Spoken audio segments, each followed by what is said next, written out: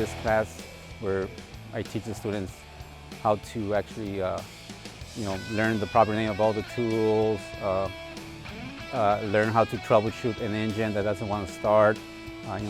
They can actually build those skills through a lot of experience through classes like auto shop and auto body classes. We learn to mount and dismount a tire, which is crucial to a lot of people because everyone drives and flat tires are common. You get a lot of hands-on experience, some that you wouldn't get anywhere else without having to pay, basically. It's a new experience, things that can help you further in life, and maybe on what you're wanting to learn in the future. It's a great start.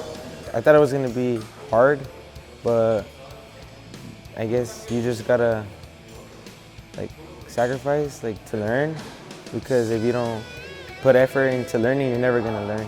It's pretty fun, and it's things you'll never expect to learn. You're basically gonna learn for free. The thing that I liked doing the most was learning how to do the alignment on a vehicle. I like being hands-on, so this is definitely a class they should join if it's they want hands-on.